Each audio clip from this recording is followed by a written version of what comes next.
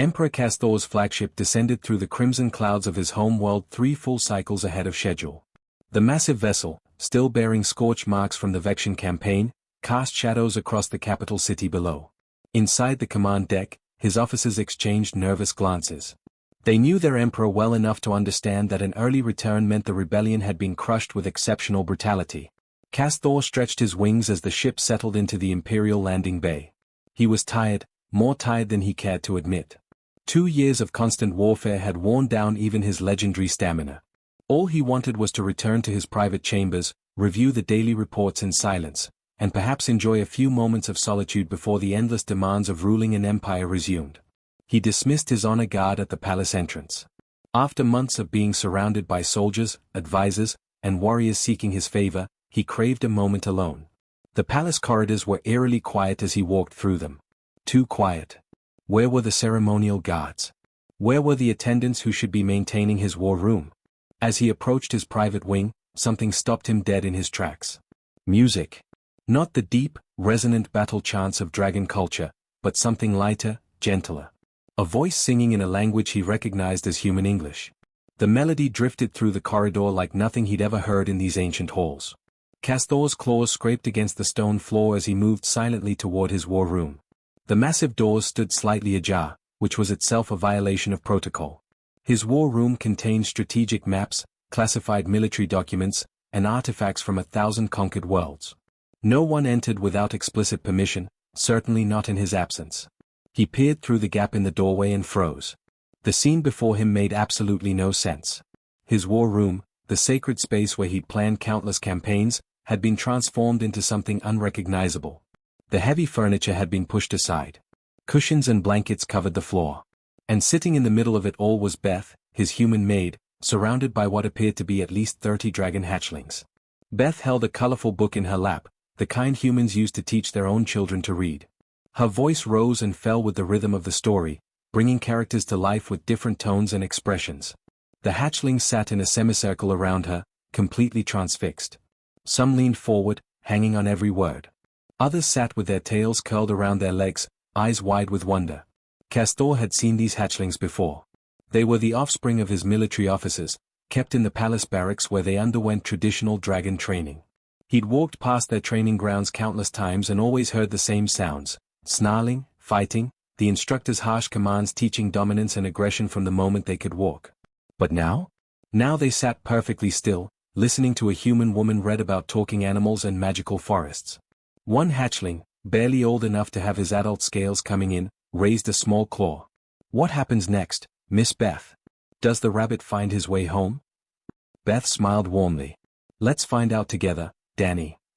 She turned the page, and every hatchling leaned in closer. Castor recognized that particular hatchling. His name was actually Drazik, son of Commander Thane. 3 weeks before Castor left for war, young Drazik had attacked another hatchling so viciously that the victim needed extensive medical treatment. The incident had been dismissed as normal developmental aggression. Dragons were supposed to establish dominance early. Yet here sat Drazik, or Danny as Beth apparently called him, gently helping a smaller hatchling named Lily turn the pages of another book. There was no aggression in his eyes, no posturing or threat displays. Just a young dragon sharing a story with someone smaller than himself. "Miss Beth," a tiny voice piped up. It was one of the smallest hatchlings, one who would normally be bullied mercilessly by the larger ones. "Can you teach us more human words tomorrow? I want to learn to read this one by myself." "Of course, sweetie," Beth replied, running her hand gently along the hatchling's scaled head. "We'll work on it together. Remember, everyone learns at their own pace, and that's perfectly okay." The hatchling beamed with pride. Around her, others nodded in agreement. There was no mockery, no judgment of the smaller one's admission that she couldn't read yet. Just acceptance. Castor's mind reeled. Dragon hatchlings didn't behave this way. They competed for everything: food, space, attention, dominance. Cooperation was seen as weakness. Helping others was considered foolish. Every hatchling was taught from birth that only the strong survived, and strength meant standing alone. Beth finished the story and closed the book. "All right, my little ones, that's enough for today. Your instructors will be looking for you soon."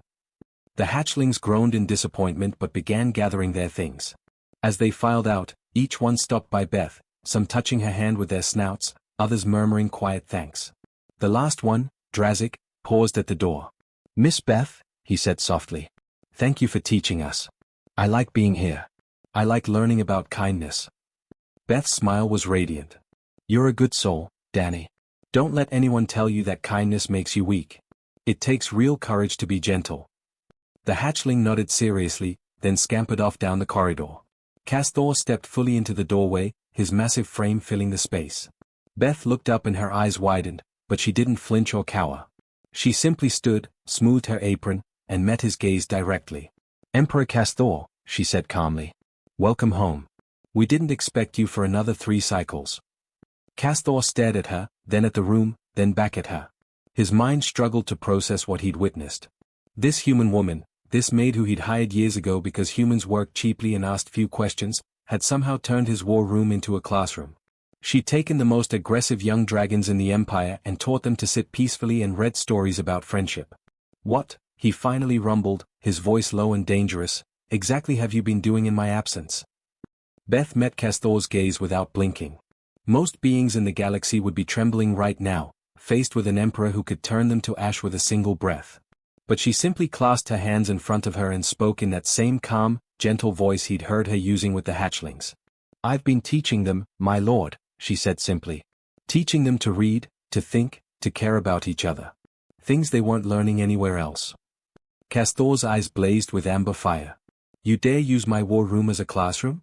You dare interfere with the training of military officers' children? These hatchlings are being prepared for command, for conquest, for maintaining the greatest empire in the known galaxy. With respect, Emperor, they were being prepared for misery." The silence that followed was deafening. No one spoke to Castor this way. No one contradicted him. Certainly no human had ever challenged his methods so directly. Beth continued before he could respond. "I've worked in this palace for 6 years, my lord. I clean the barracks where those hatchlings sleep. I tend the medical wing where they're brought after they hurt each other. I hear them crying at night when no one else is around." She walked to the window, looking out over the palace grounds. 3 months after you left for war, I was cleaning the hatchling training grounds. Danny, the one you probably know as Drazik, had just beaten another hatchling so badly that the poor thing couldn't stand. The instructors praised Danny for his aggression. Called him a future commander. Castor remembered the incident. He'd signed off on the commendation himself. "But that night," Beth continued, "I found Danny hiding in a storage closet, crying so hard he couldn't breathe. He kept saying he didn't want to hurt anyone anymore, that he hated what he was becoming, but if he didn't fight, the others would destroy him. He was 6 years old, my lord. 6 years old and already convinced he had to hurt others to survive." Something twisted uncomfortably in Castor's chest. He pushed it aside. That is the dragon way. Strength through adversity. Dominance through isolation. Beth turned back to face him. Through fear? Through teaching children that caring about others makes them weak. She shook her head. "I'm sorry, Emperor, but I couldn't watch it anymore. So yes, I started reading to them. Just during my cleaning shifts at first, when no one else was around. And they listened." Despite his anger, Castor found himself curious. "They were desperate for it," Beth said softly. "These children spend all day being told to be harder, crueler, stronger. No one ever tells them it's okay to be scared. No one ever shows them gentleness. So when I sat down with a picture book and started reading, they gathered around like I was offering water in a desert." She walked back to where the cushions lay scattered on the floor. It started with just 3 or 4 hatchlings. Then more came. Then more. They started asking questions, not just about the stories but about everything. About how humans live, how we treat each other, why we help each other instead of competing constantly. "Humans are weak," Castor said, but his voice lacked its usual conviction. "You had no choice but to cooperate. You had no natural weapons, no." "Exactly," Beth interrupted gently. "We had nothing but each other. So we learned that taking care of each other wasn't weakness. It was survival. It was strength of a different kind." Before Castor could respond, the sound of heavy footsteps echoed through the corridor. 3 dragon officers burst into the room, their faces pale with terror. They were the hatchling instructors, the ones responsible for traditional training. "Emperor Castor," the lead officer gasped, immediately dropping into a submissive posture. "We had no knowledge of this." The human acted without authorization. We take full responsibility for this breach of protocol. Castor looked at them coldly. You take responsibility? So you knew this was happening? We discovered it 2 months ago, my lord, the officer admitted, trembling. But the hatchlings were performing better in their tactical assessments. Their coordination had improved dramatically. We thought perhaps. You thought perhaps you'd ignore protocol and see what happened? Castor's voice dropped to a dangerous rumble. The children seemed happier, my lord, another officer added quickly. The medical wing visits dropped by 70%. The aggressive incidents nearly stopped. We were going to report it upon your return, but... Silence. Castor turned his attention back to Beth. Show me. Show me what you've been teaching them. Beth nodded and pulled out several books from a storage chest. Children's books with bright pictures and simple words. Stories about animals working together, about friends helping each other through problems, about characters choosing kindness over cruelty. I teach them to read using these, she explained. But more than that, I teach them to talk about their feelings. To admit when they are scared or confused without shame. To celebrate each other's successes instead of seeing every achievement as a threat. She opened one book showing a story about a group of animals building a bridge together. Yesterday, the hatchlings were given a complex tactical problem by their combat instructor. In the past, each one would try to solve it individually, competing to be first with the answer. Yesterday, they worked together. They combined their different strengths and solved it in half the time. Castor's mind raced. Everything he'd been taught, everything he'd built his empire on, said this was wrong. Dragons succeeded through individual excellence, through proving superiority over others.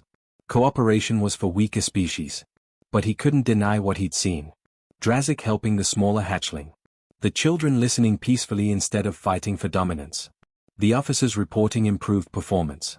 This goes against everything, he started. Everything you were taught, Beth finished gently. I know. But does that make it wrong? Or does it mean maybe there's more than one way to be strong? She picked up another book, this one showing a picture of a human child helping another climb a tree. Humans made it to the stars not because we were the strongest or the fastest. We made it because when one of us fell, the others reached down to lift them up. Because we learned that everyone succeeding together is better than one person succeeding alone. Castor looked at the officers, still prostrated on the floor. Then at Beth, standing straight and unafraid. Then at the books, the cushions, the evidence of something he didn't understand but couldn't quite dismiss. The hatchlings, he said slowly. Bring them back. All of them. I want to see this for myself. Beth smiled, and somehow that simple human expression contained more confidence than 1,000 warriors. Of course, Emperor. I think you'll be surprised by what they've learned.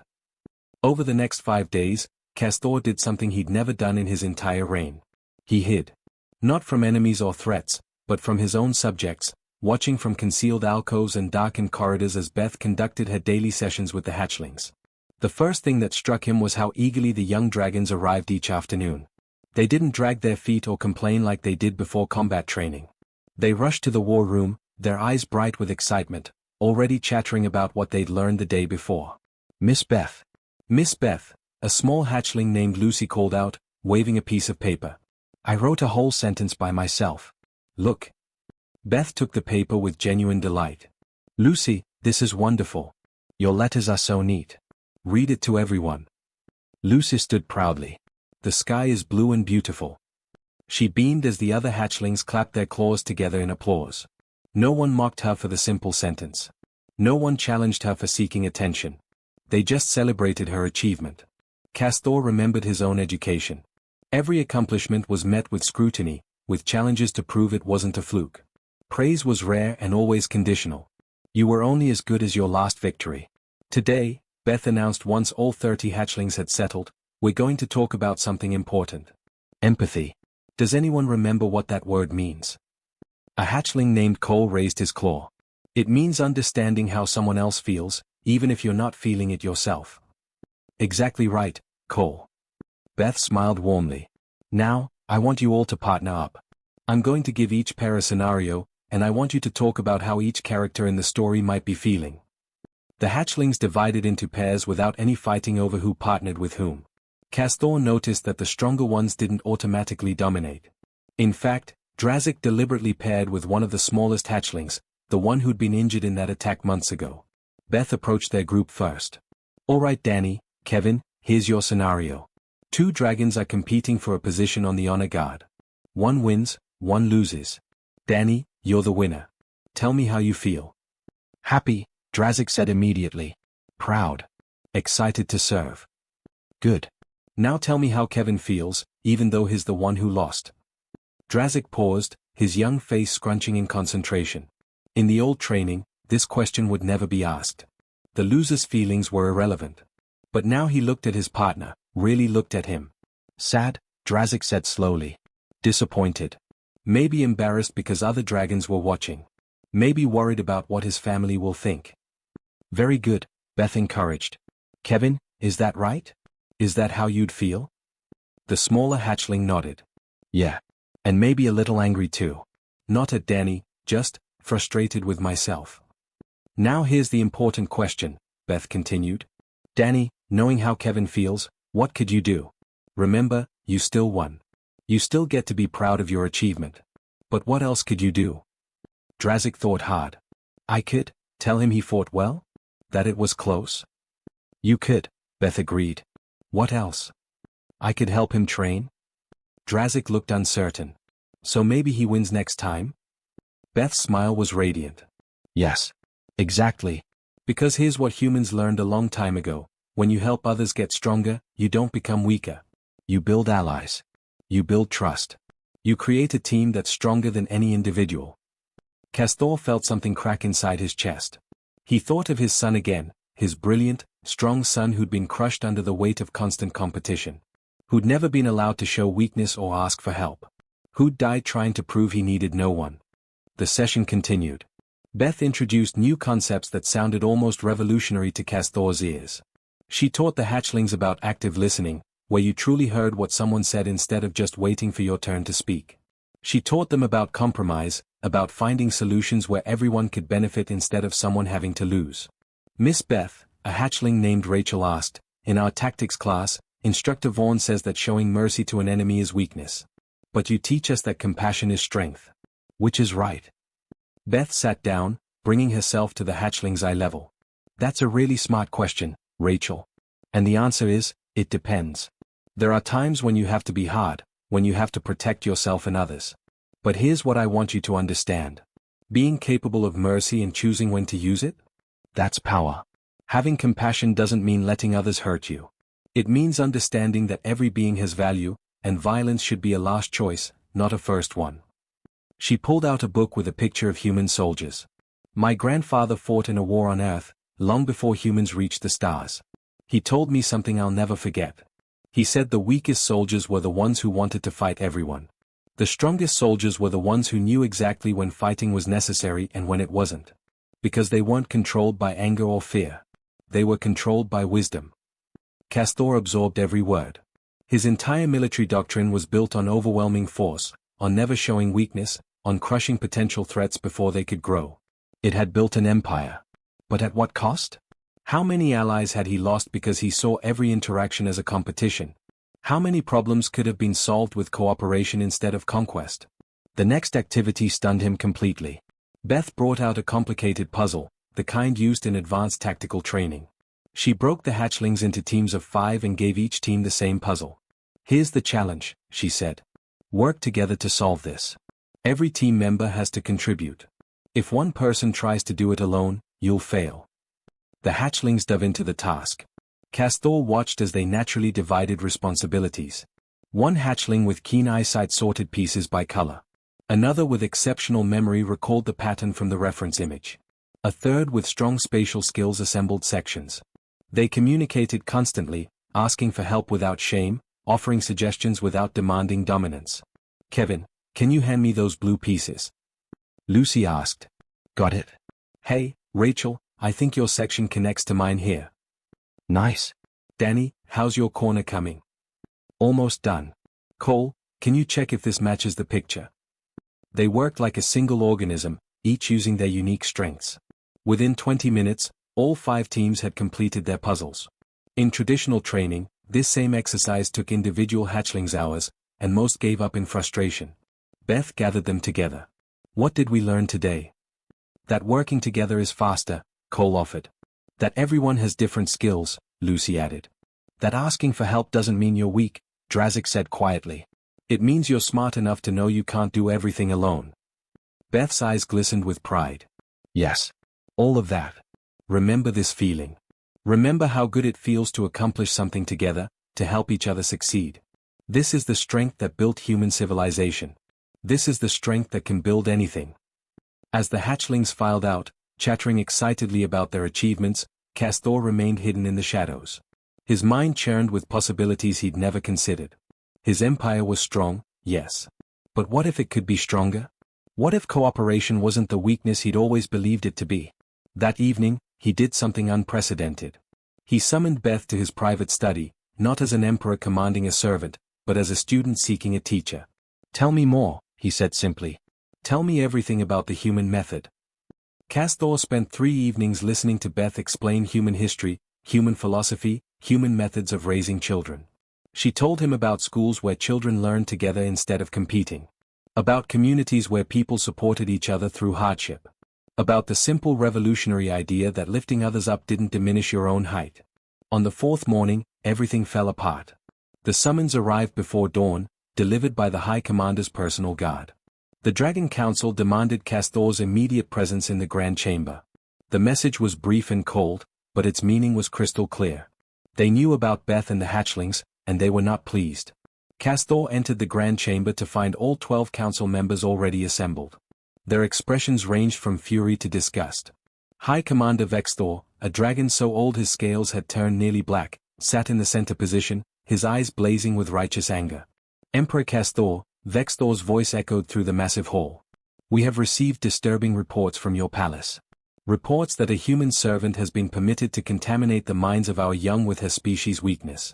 Reports that you have not only allowed this but observed it with approval. Castor took his seat calmly, though his claws scraped against the stone armrest. The reports are accurate. I have been observing the humans' methods for several days now. The chamber erupted in outraged roars.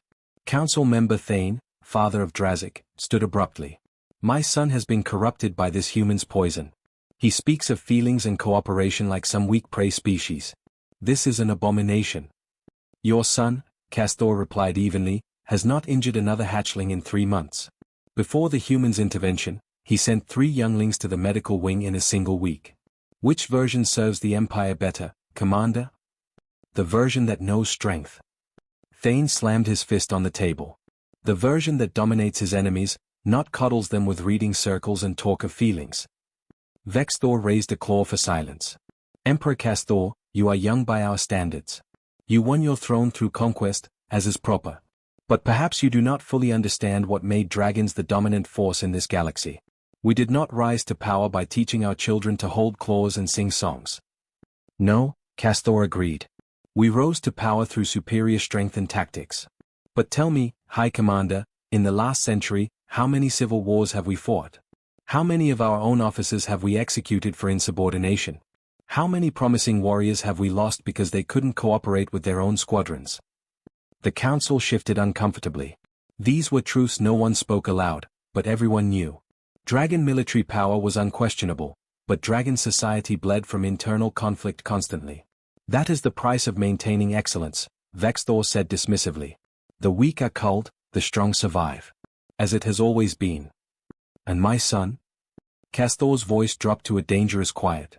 Was he weak? Or was he strong enough that our system pushed him until he broke? The council fell silent.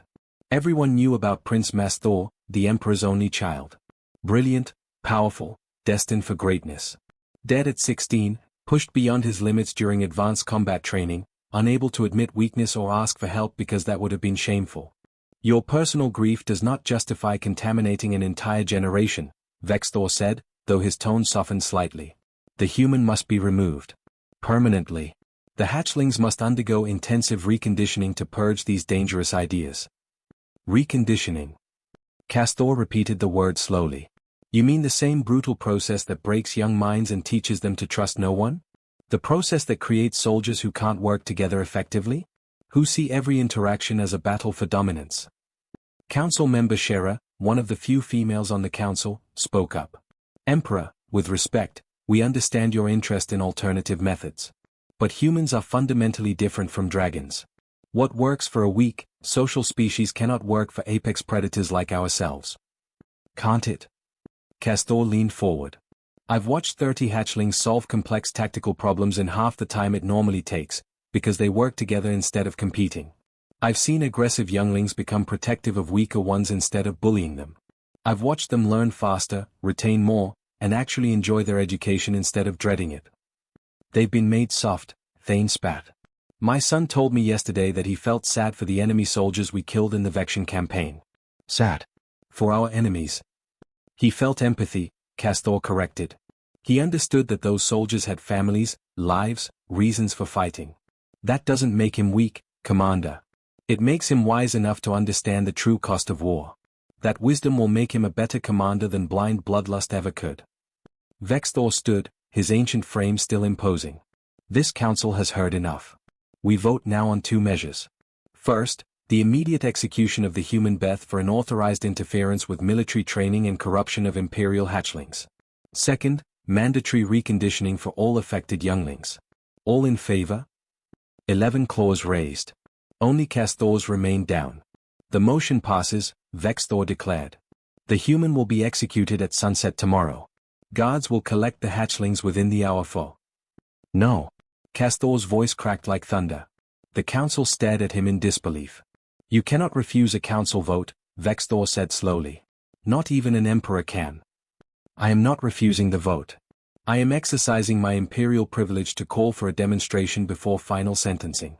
The law allows this. It was an ancient rule, rarely invoked. Before executing someone for crimes against the empire, the accused could demonstrate their value through trial. Usually this meant combat, but technically any demonstration was acceptable. Vexthor's eyes narrowed. What kind of demonstration? The hatchlings have their annual combat assessment in 3 days, Castor said. The trial that determines their ranking and placement in advanced training. Let them take the assessment using the methods Beth has taught them. If they fail, if they perform worse than previous generations, I will carry out Beth's execution myself and submit to your reconditioning program. And if they succeed? Shera asked. Then we establish a new training academy. One that teaches both traditional dragon methods and human cooperative techniques. We give our young the tools of both approaches and let them become stronger than either alone. The council erupted in argument. Some called it madness. Others worried about setting precedent. A few seemed intrigued despite themselves. Vexthor raised his claw for silence once more. His ancient eyes studied Castor with an intensity that had witnessed 10 emperors rise and fall. Finally, he spoke. Very well. The hatchlings will take their assessment as scheduled. But understand this, Emperor. If they fail, if this human experiment proves to be the weakness we believe it is, the consequences will be severe. Not just for the human, but for you. This council can remove an emperor who proves unfit to lead. I understand, Castor said calmly. And I accept those terms. As he left the chamber, Castor felt the weight of his decision. He just bet his throne, Beth's life, and the future of 30 hatchlings on a simple human idea, that cooperation could be stronger than competition. That kindness wasn't weakness. That there was more than one way to be strong. He found Beth in the garden, tending to the flowers she'd planted near the palace walls. She looked up as he approached, and somehow she knew immediately that something had changed. They want to kill me, don't they? She asked simply. Yes, Castor admitted. But I've bought us 3 days. The hatchlings' assessment. Everything depends on how they perform. Beth nodded slowly, then smiled. Then we'd better make sure they're ready. Not by cramming combat techniques or tactical theory, but by reminding them why they're stronger together. The morning of the assessment arrived cold and grey. The grand arena was packed with dragon officials, military commanders, council members, and curious palace staff. Word had spread quickly about the unusual nature of this trial. Everyone wanted to see if the Emperor's gamble would pay off or if the humans' methods would prove to be the disaster the council predicted. Beth stood in the preparation chamber with the 30 hatchlings, all of whom looked nervous. They understood what was at stake. Their parents had made sure they knew. If they failed today, Miss Beth would die, and they'd be sent away for reconditioning that would erase everything she'd taught them. I'm scared, little Lucy whispered, her claws trembling. What if we mess up? What if we're not good enough? Beth knelt down, gathering as many hatchlings as she could reach into a gentle huddle. Listen to me, all of you. You are enough. You've always been enough. Today isn't about being perfect. It's about showing them what you've learned, about trust, teamwork, and taking care of each other. But they want to see us fight, Cole protested. They want traditional dragon strength. Then show them something better, Beth said firmly. Show them that real strength isn't about standing alone. It's about knowing when to lean on others and when to let others lean on you. Remember what we practiced. Remember that each of you has unique gifts, and together you're unstoppable. Drazik stepped forward, his young face determined. Miss Beth taught us that humans made it to the stars by working together. Well, dragons already have the stars. Imagine what we could do if we combined human cooperation with dragon power. Today we show them that future. The other hatchlings nodded, their fear transforming into resolve. They formed a circle, placing their claws together in the center the way Beth had taught them. For Miss Beth, Rachel said. For each other, Kevin added. For a better way, Drazik finished. In the arena, Castor sat beside High Commander Vexthor in the royal box. The old dragon's expression was unreadable as the assessment began. Traditionally, the annual combat assessment was brutal. Hatchlings fought each other one-on-one in elimination matches. The winners advanced, the losers faced shame and remedial training. It tested individual combat prowess, aggression, and dominance. Every year, several hatchlings sustained serious injuries. It was considered a necessary culling, separating the truly strong from the merely adequate. But today's assessment was different. At Castor's insistence, they designed a new trial. A massive tactical simulation that required not just combat skills but strategy, coordination, and problem-solving under pressure. It was the kind of scenario adult military officers trained for, simplified only slightly for the hatchlings' age. The challenge was this: the hatchlings had to rescue hostages from a fortified position, neutralize enemy forces, and extract safely, all within a strict time limit. The simulation used advanced holographic technology, making the enemies and obstacles feel completely real. Previous adult teams attempting similar scenarios averaged a 40% success rate. The council expected the hatchlings to fail spectacularly. Traditional training taught them to charge in individually, each trying to prove their personal valor. That approach resulted in simulated casualties, failed objectives, and chaos. As the simulation began, the arena fell silent. The hatchlings didn't charge. Instead, they immediately formed a tight group and began communicating. Lucy, with her exceptional hearing, scouted ahead and reported enemy positions. Cole, who excelled at pattern recognition, identified the optimal entry point. Rachel, the fastest flyer, volunteered for reconnaissance. Kevin, take Danny and the Heavyscale group for frontal defense, Rachel called out, already coordinating. Lucy, acoustic group with me for distraction. Cole, you lead tactical planning from center position. The dragon officials leaned forward in their seats, murmuring in surprise. This wasn't how hatchlings behaved. This was coordinated, professional, sophisticated. The hatchlings moved like a military unit that had trained together for years. The frontal group engaged enemy forces, not recklessly but strategically, drawing fire while the reconnaissance team identified hostage locations. The acoustic group used their voices to create confusion among simulated enemies, making them think the attack was coming from multiple directions. Hostages located, northwest quadrant, Rachel reported, circling back. Heavy guard, reinforced position. Cole, options. Drazik called out while maintaining defensive position. Two-team approach, Cole responded instantly. Distraction team hits the east wall, draws guards away. Extraction team goes in from above while they are focused elsewhere. 90 seconds, precise timing. Lucy, can your team hold the distraction that long? Absolutely. Kevin, we'll need cover fire support. You got it. The plan executed flawlessly. The distraction team created such convincing chaos that the simulated guards rushed to defend the wrong position. The extraction team dropped in from above, secured the hostages, and began withdrawal. When enemy reinforcements arrived, the hatchlings didn't panic. They adapted. Formation shift, defensive extraction. Drazik commanded.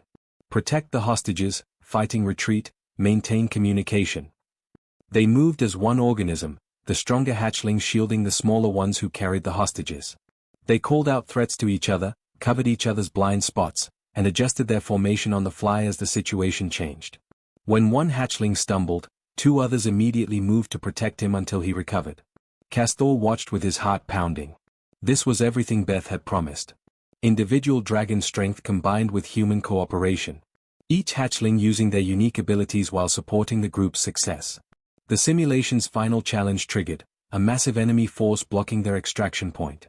Previous teams usually failed here, their coordination breaking down under pressure. Individual hatchlings would try desperate solo attacks or panic and scatter. But these hatchlings did something remarkable. They stopped, reassessed, and adapted their strategy in real time. We can't fight through that, Cole analyzed quickly. But we don't have to. Lucy, Rachel, can you create a sonic barrier while we flank? If Danny's group can buy us 30 seconds to set up, Lucy responded. We can give you 40, Drazik said confidently. Kevin, tight formation, maximum defense. The Heaviscale group formed an impenetrable wall while the acoustic team prepared their technique. Then, in a move that made the entire council gasp, the hatchlings combined their abilities in a way that had never been attempted. The sonic barrier disoriented the enemy forces while the entire group slipped past, moving in perfect synchronized formation. They reached the extraction point with all hostages secured and not a single casualty. The simulation ended. The arena fell into stunned silence. Then the timer appeared on the massive display screen. Not only had the hatchlings succeeded, they'd completed the scenario in record time, 15 minutes faster than any adult team had ever managed. The arena erupted. Some dragons cheered, others argued loudly, but no one could deny what they'd witnessed. 30 young hatchlings, using cooperation and strategic thinking, had accomplished what seasoned warriors struggled with. Beth watched from the preparation chamber as the hatchlings returned, and she had tears streaming down her face. They mobbed her immediately, talking excitedly over each other about every moment of the trial. Did you see when we? And the part where Lucy? Miss Beth, we did it. We actually did it. In the royal box, Vexthor turned slowly to Castor. The old dragon's expression was complicated, showing conflict between centuries of tradition and the undeniable evidence before him. That was? He began, then stopped. That was extraordinary. Castor stood and addressed the council members who'd gathered in the box. This is what humans learned thousands of years ago. This is what allowed them to survive when they had no claws, no wings, no natural weapons. They discovered that together, they could be stronger than any individual. Our hatchlings just proved that dragon strength combined with human wisdom creates something neither species could achieve alone. Thane, Drazik's father, spoke up. My son, he led that team. Not through domination or aggression, but through trust and coordination. I've never seen anything like it. Because you've never allowed it, Beth's voice came from the arena entrance. She walked forward calmly, the hatchlings following behind her. You taught them that caring for others was weakness, that asking for help was shameful, that every interaction was a battle for dominance. But strength isn't about standing alone. It's about knowing you don't have to. She looked directly at Vexthor. Humans didn't reach the stars because we were the strongest. We reached them because we learned to lift each other up. Your children just showed you they can do both. They can be fierce dragon warriors and compassionate team members. They don't have to choose. Vexthor was silent for a long moment. Finally, he stood. The council will deliberate. The wait felt eternal. Beth sat with the hatchlings, all of them holding claws, forming a united front whatever the verdict might be. Castor stood apart, watching them and realizing that regardless of what the council decided, these children had already changed the future. They'd proven something fundamental, that there was more than one path to strength. When the council returned, Vexthor's expression was grave but no longer hostile. The council has voted. The human Beth will not be executed. The hatchlings will not be reconditioned. The arena erupted in cheers, but Vexthor raised his claw. Furthermore, Emperor Castor's proposal is accepted. We will establish an academy teaching both traditional dragon combat methods and human cooperative techniques. Beth will serve as its head instructor. He paused, looking directly at Beth. Human, you have accomplished something I thought impossible. You've shown us that our children can be both fierce and kind, strong and gentle, independent and cooperative. You've given them tools we never knew they needed. Beth smiled, tears still streaming. I just gave them permission to be themselves. All of themselves, not just the parts you approved of. As the crowd celebrated and the hatchlings bounced around excitedly, Castor approached Beth. You changed an empire with nothing but kindness and children's books. Beth laughed softly. I didn't change anything, Emperor. I just showed you what was already possible. Your children changed everything themselves. They just needed someone to believe they could. And in that moment, looking at 30 young dragons who'd learned they could be both warriors and friends, both strong and compassionate, Castor understood something profound. The greatest victories weren't always won with fire and claws. Sometimes they were won with patience, understanding, and the simple revolutionary act of teaching others that they were enough, exactly as they were. The Dragon Empire would never be the same. And that, finally, was exactly what it needed.